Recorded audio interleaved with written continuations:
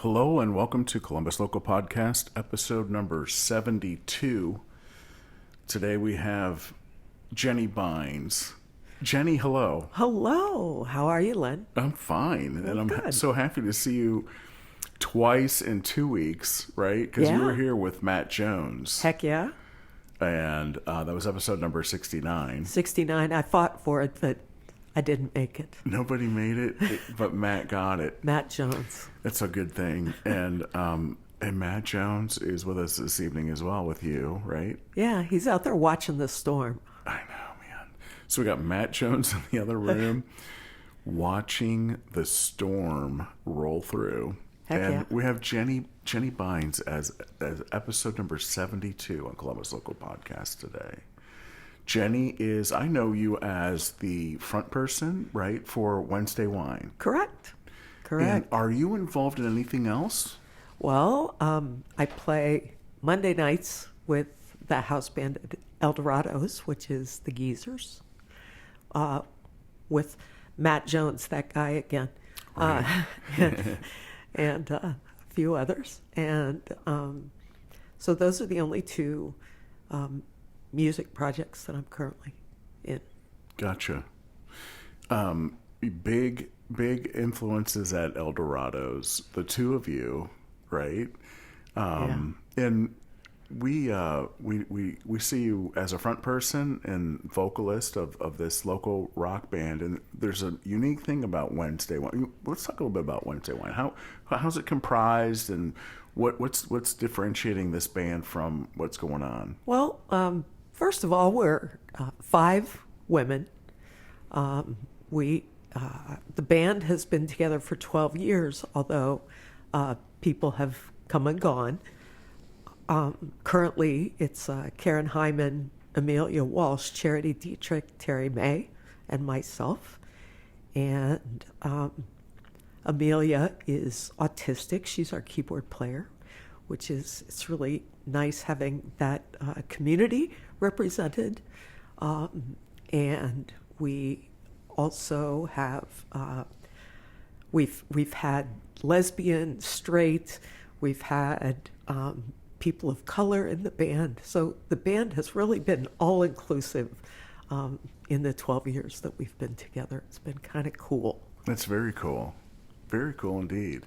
And I think too that you guys are playing. You're still an active band, right? Are you Yes. booking this year? How many gigs will you have in 2024? 2024, I think we have 41 or 42. It's a busy band. Yeah.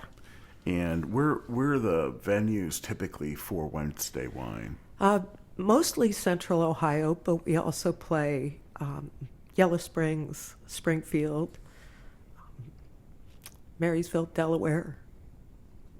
That's cool. That's cool. So you're a little semi-traveling, right? But you're known in Columbus. Yeah, for sure. It's been fun getting to the point where people recognize our names and stuff.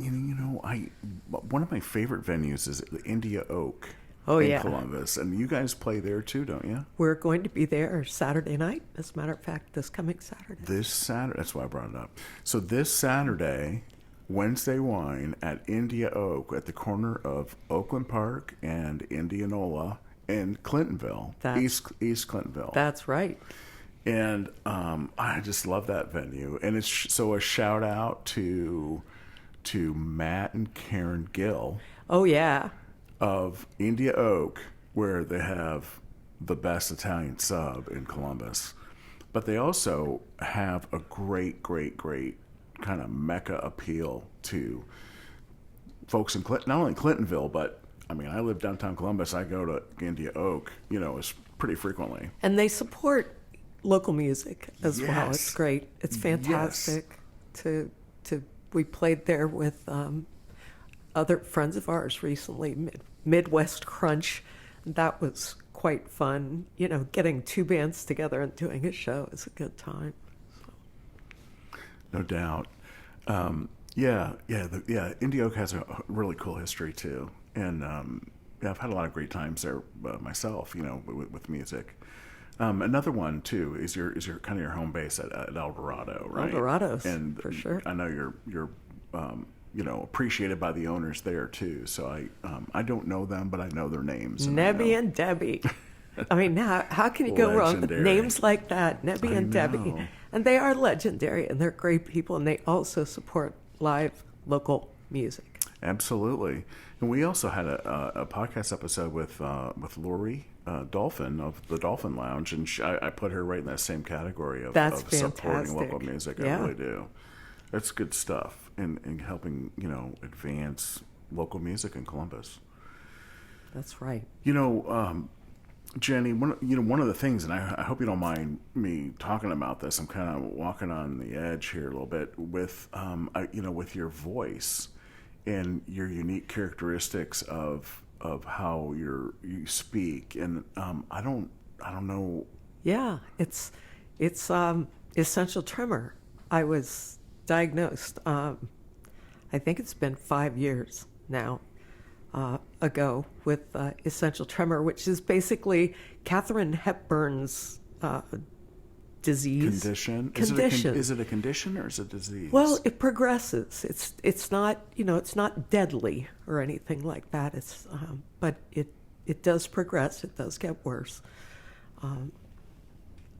There is not a cure for it, although I've tried several things, but they didn't work. So. But I've had to adjust my singing to deal with how my voice sounds now as compared to how my voice used to sound. So I used to have a broader range, and I had more sustain. I could hold a note. I could sing White Rabbit and just belt it at the end, and feel good about that song in particular. And I began to notice that I was losing that ability. And, I think a lot of people hear me, a lot of people ask if I'm about to cry, are you okay? And I'm like, I'm fine. Okay. I just sound like I'm shaky. And so I've adjusted quite a bit vocally, and now have started doing some rap songs, things that are much quicker, Good for you. Good for you. Yeah.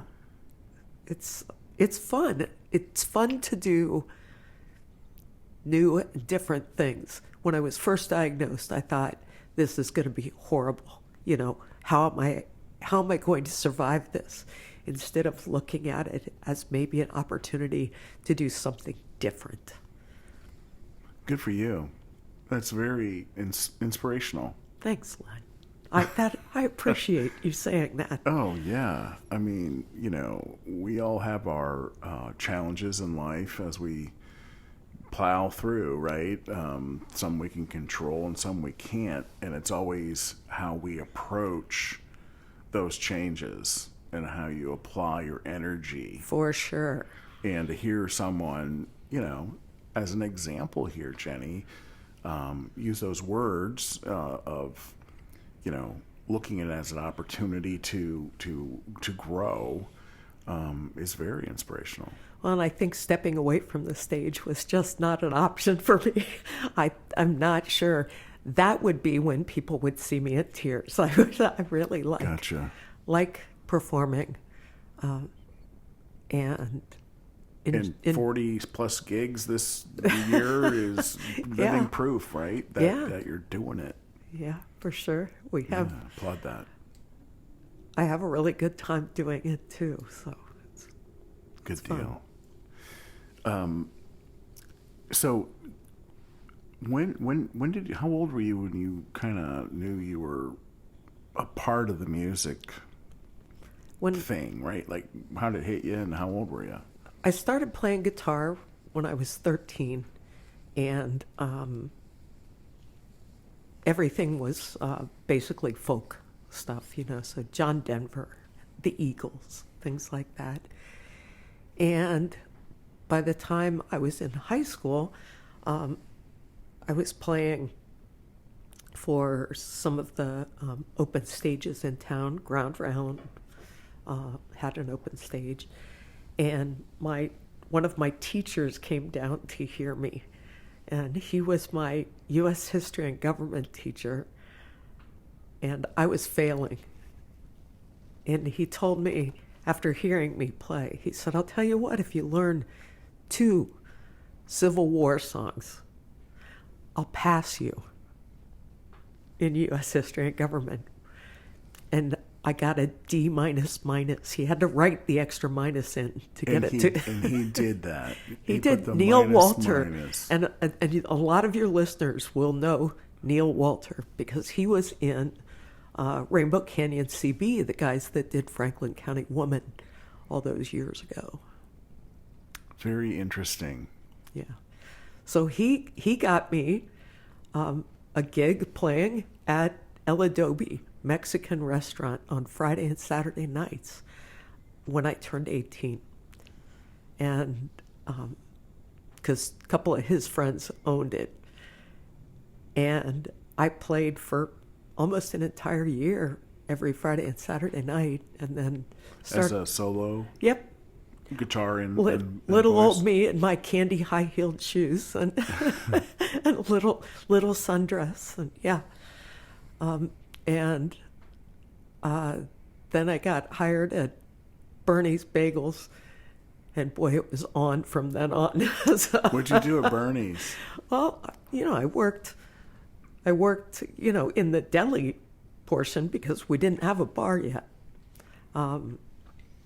And Jack Lefton, who was the manager at Bernie's,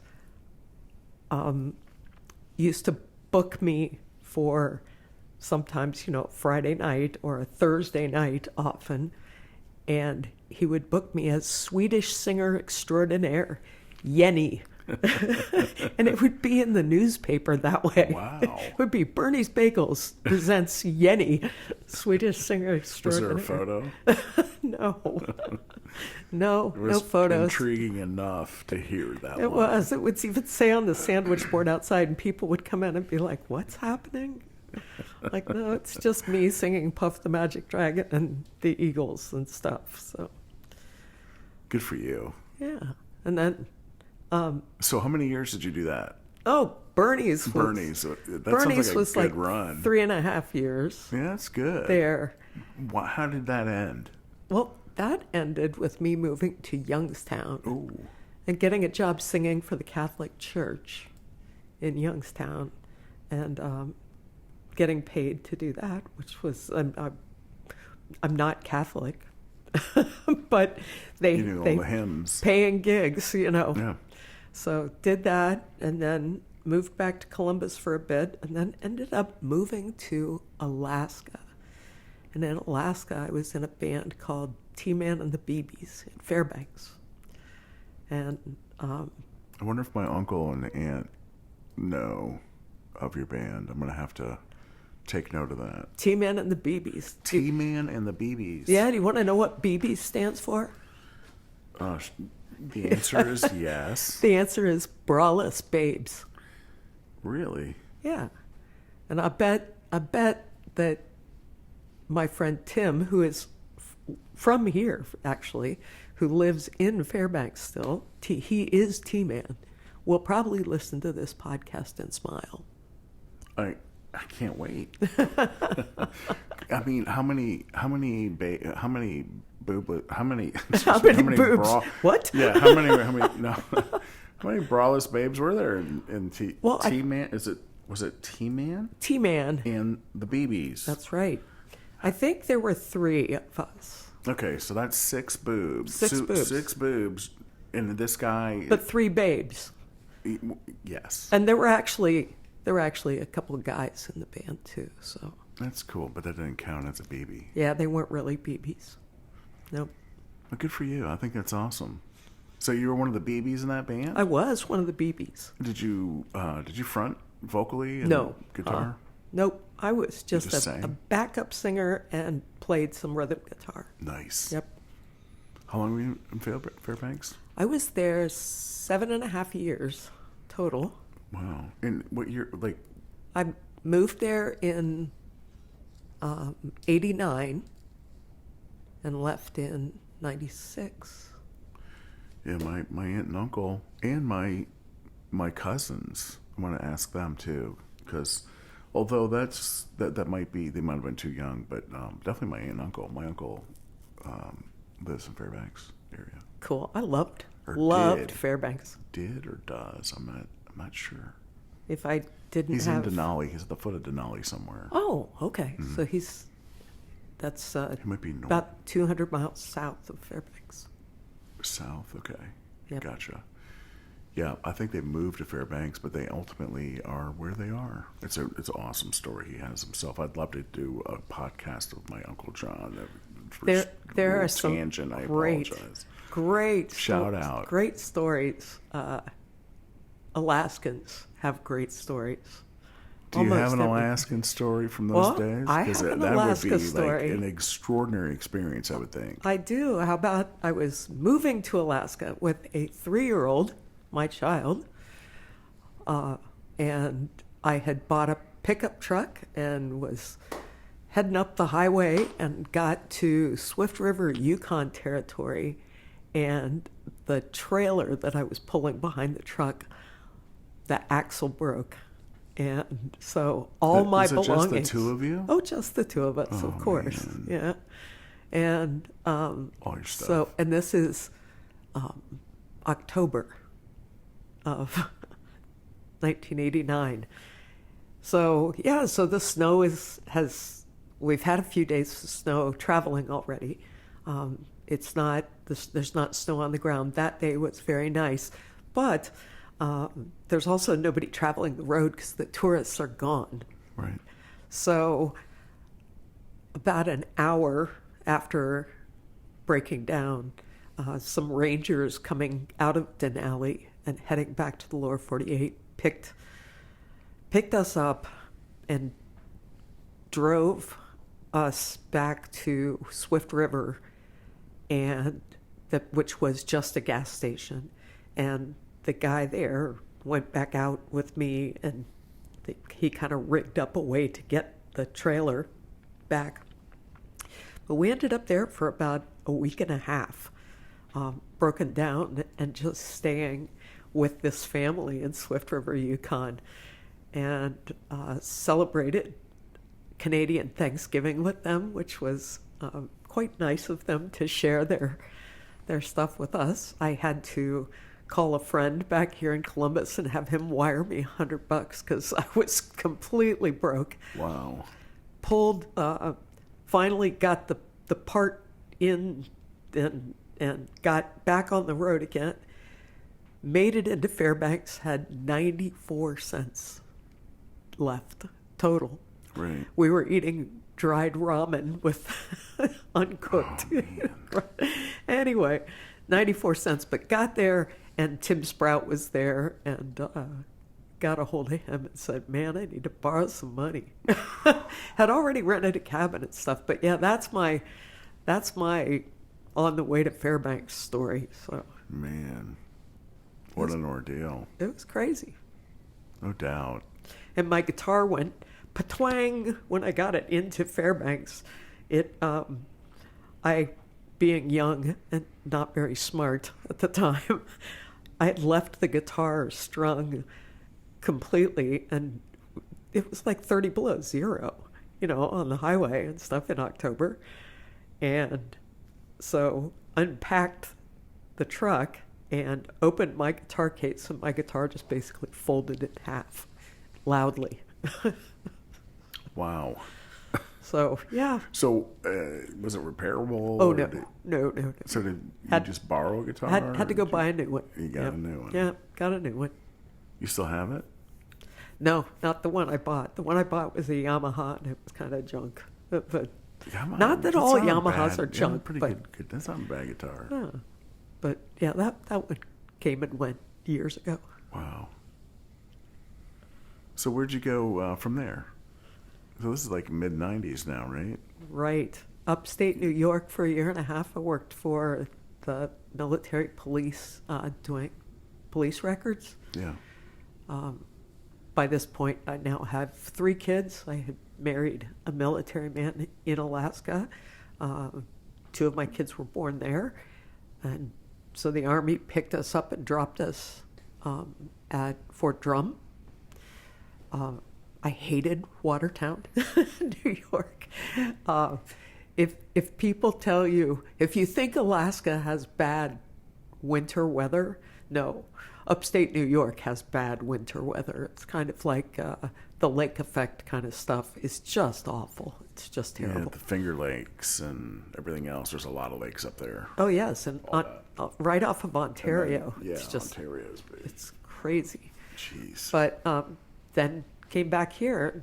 And once I got back here, got a divorce and started looking around for music and stuff. Were you playing at all in New York? Any No music at all? No, not at all. Focus on family. Yeah. Yeah.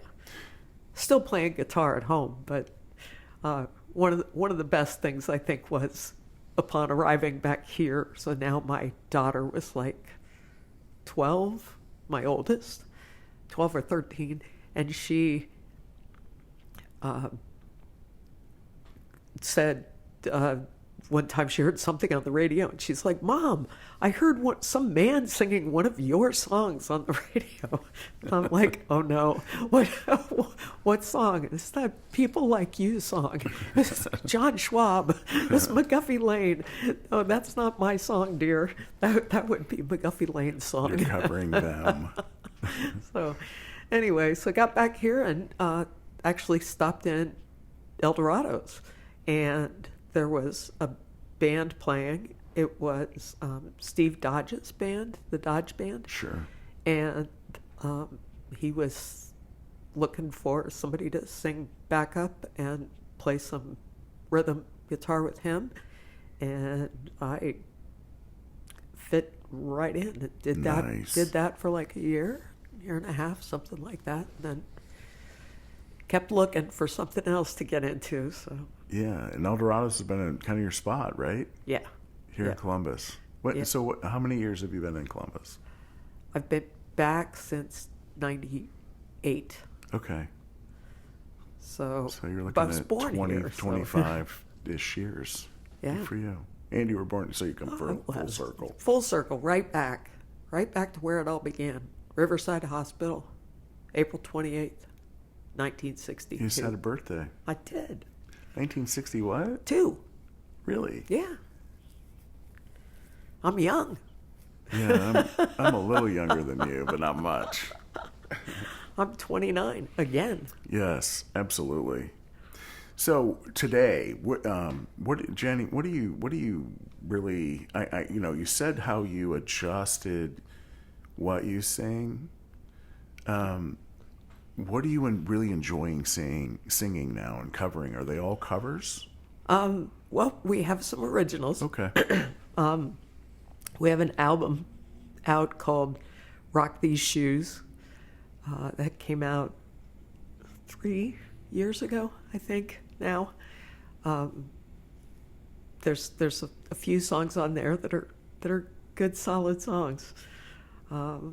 I think my favorite one to do is one that Karen and I worked on together, and that's called I Like Your Shoes. And it may or may not be about somebody I met at El Dorado's named Matt Jones. It's possible. Really? May or may not be. But might be a rumor. Or one of those urban legends. An urban legend, yes, for sure. He does have some nice shoes, though. I don't doubt that, man. He's a man of style. He is a man of style. And he's got mad skills. He does. I just want to know how you know about those mad skills, because I didn't tell you. Well, I'm not talking about those skills. I'm talking about the mad skills associated with, how he's blessed Columbus, Ohio with. Oh, yeah, for sure. With his sound engineering and capability. we steal him. Wednesday Wine, we still have, priority to steal him away from El Dorado's when we have gigs. So incredible. That's good to hear. You got one of the best sound guys around. For sure. Mixing your band. Absolutely. Now I'll be able to, when I come to see you, and Saturday, I might be there, but because I love India Oak. Yeah, India Oak, like I said, And I it's so love much fun to live play music there at too. India Oak, I really do. It's a great bar to play at. Yep. But I'll be able to say and chat with the sound man too, which makes me happy because heck Matt's yeah. such a great guy, man. He's a good dude.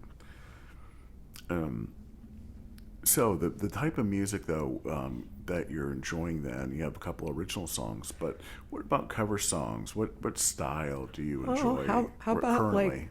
like we do a kind of mashup thing of Sweet Dreams, Adele, and Eminem, and my part's the Eminem part. So you're rapping? little bit of Trailer Park Girls going around the outside, yeah, and also we do a Joan Jett Beastie Boys mashup. So yeah, How many tunes? doing some roughly rap there. What as far as the Jet and that's just two. two It's songs. Which songs I are Love they? Rock and Roll, Okay. and then into No Sleep Till Brooklyn. Very good. And you're bringing that one home, right?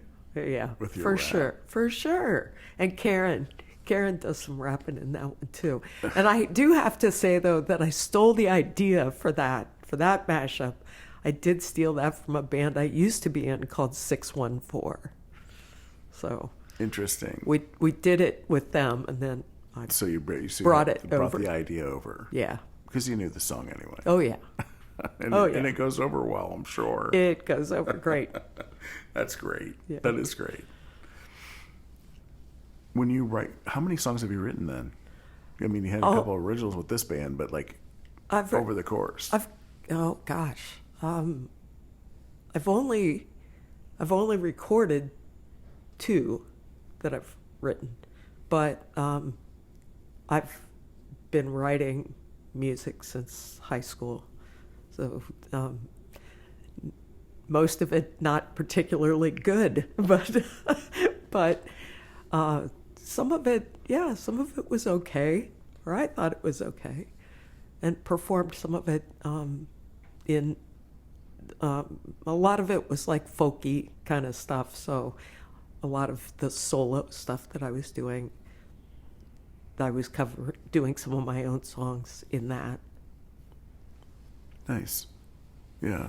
So you're not consumed with necessarily writing songs every day. No, I'm Kind of person. I'm not. I'm actually consumed with working.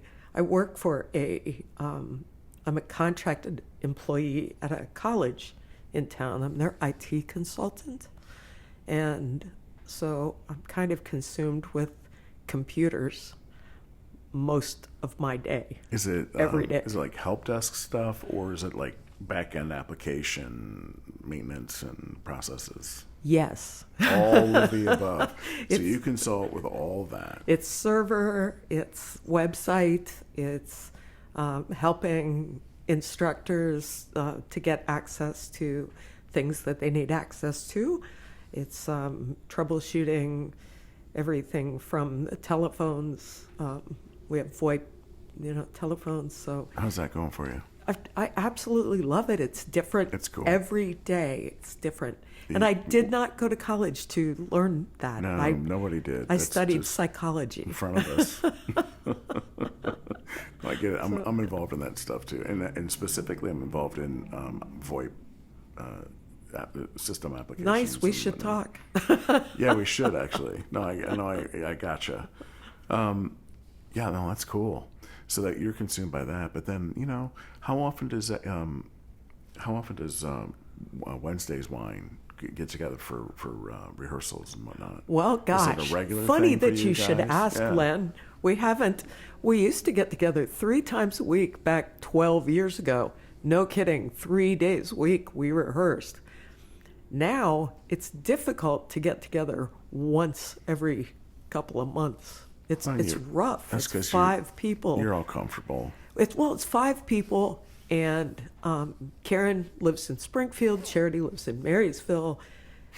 Terry lives in Delaware, and Amelia and I are both here in Columbus.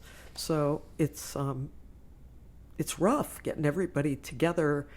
Five pieces. And everybody has different projects that they're working on too. So it's like, you're not just scheduling five people, you're scheduling like 30. When the show's up and running though, it's like you reach a point where, well, everybody's got their part down, It would be nice to add. You don't necessarily have to get together. It would be nice to add some more new stuff. Yeah, that's the thing. Always looking at adding new material. And I should mention Tish Richmond, who used to be in Wednesday Wine, just moved back to town, and she's going to be playing with us. Karen won't be able to make Red, White, and Boom gig, and we got asked to play Red, White, and Boom this year, so we will be playing with Tish Richmond, who the guitar player from Wednesday Wine from like 7 years ago. So yeah, very cool. Very cool. Absolutely cool. You have lived all over the United States. You had some pretty cool stories traveling. Anything musically that comes to mind that makes you laugh? What funnies happened in the music scene for you that you've seen or experienced? One of the best things was packing up. This is with Wednesday Wine, packing up to leave South Bend Tavern in Marion Village.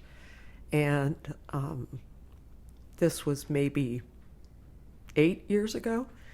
And to go out the back door. And of course, it's dark outside.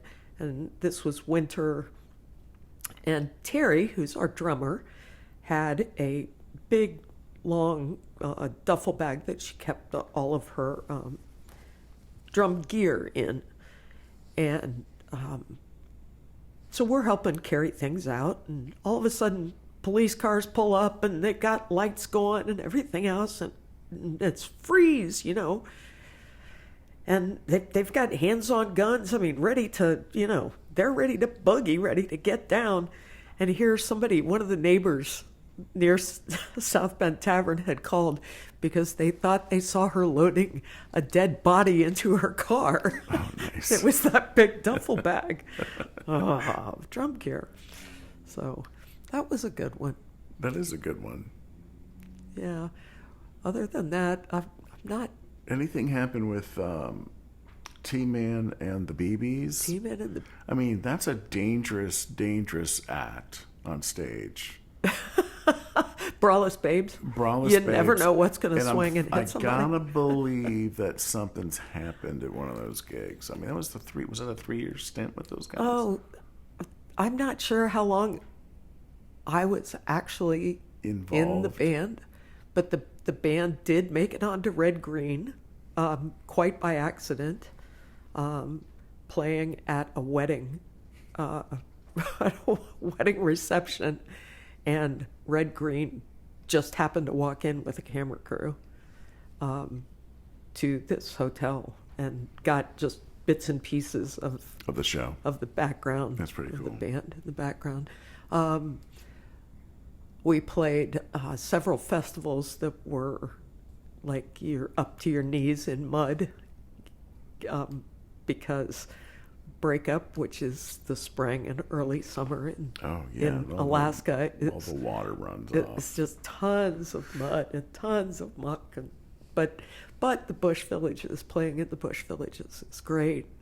And people are appreciative.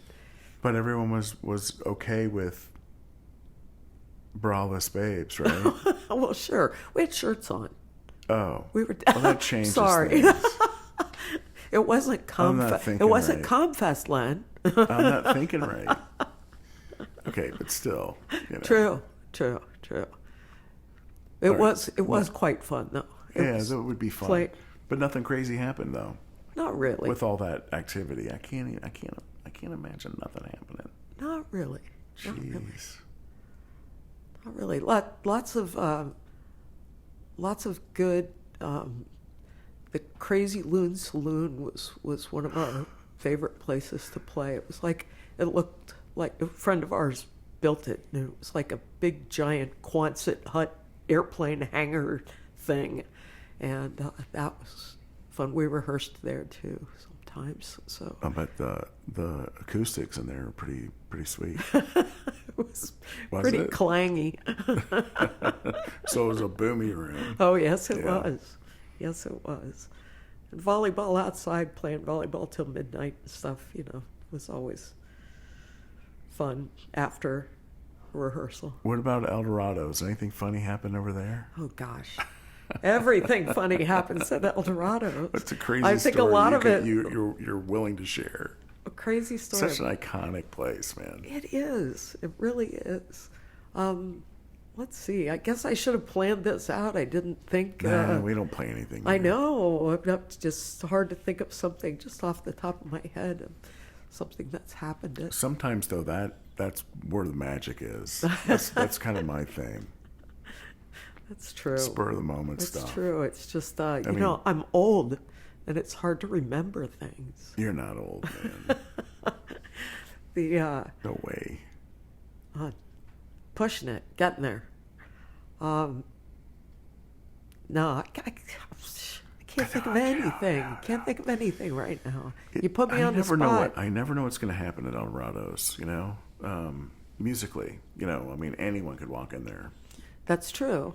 You'll have Mark Chatfield. Yeah. You might have Phil Clark. Yeah.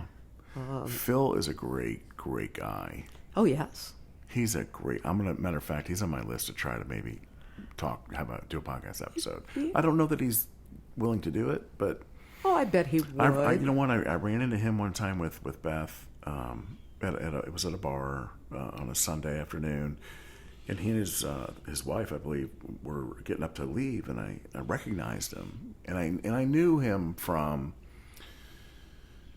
the Rumba Cafe days with the Sunday night Hoodoo. church offering of Hoodoo Soul. Yep. And I love those evenings. It's a special time to be able to hit one of those shows. Yes. It just is. Those musicians are incredible. Now, each of them have their own iconic backstory.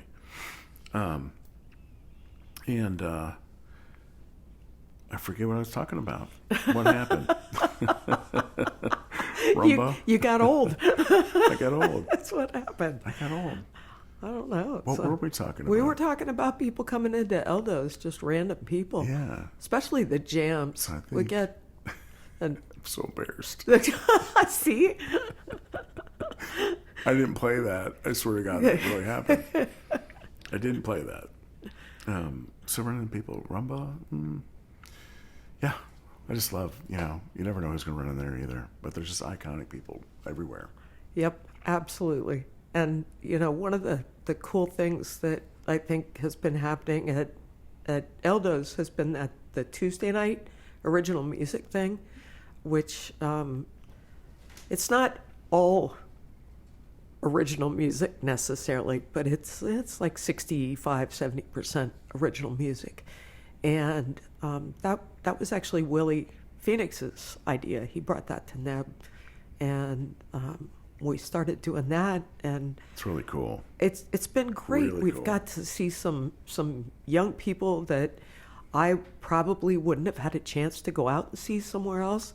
There's a band that I'm going to give a shout out to, Courtney from Work. They're fabulous guys playing punk rock. Oh, I love it.